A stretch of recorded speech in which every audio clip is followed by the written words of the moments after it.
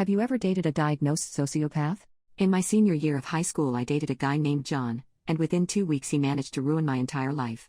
A close friend of mine had ended up in hospital after falling and hitting her head, and she went into a coma with doctors unsure if she'd survive. I had to fly to her state to go be with her in the hospital in case she passed away.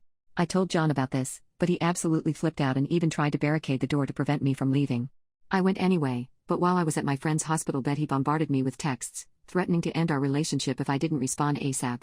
One day I stopped responding to him completely as it was getting out of hand.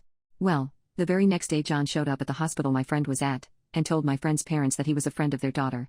I never told him her name, and I still don't know how he found it, but I didn't want to make a scene so I played it off. Eventually we all decided to go get lunch, and while we were eating John randomly disappeared. When we got back to the hospital room, my friend was dead. Her life support had been plugged out. I checked my phone and it was a message from John, reading I did what I had to. She was keeping you from me. Nobody keeps me from my love. Given that John was 18, he was charged as an adult and received 20 years.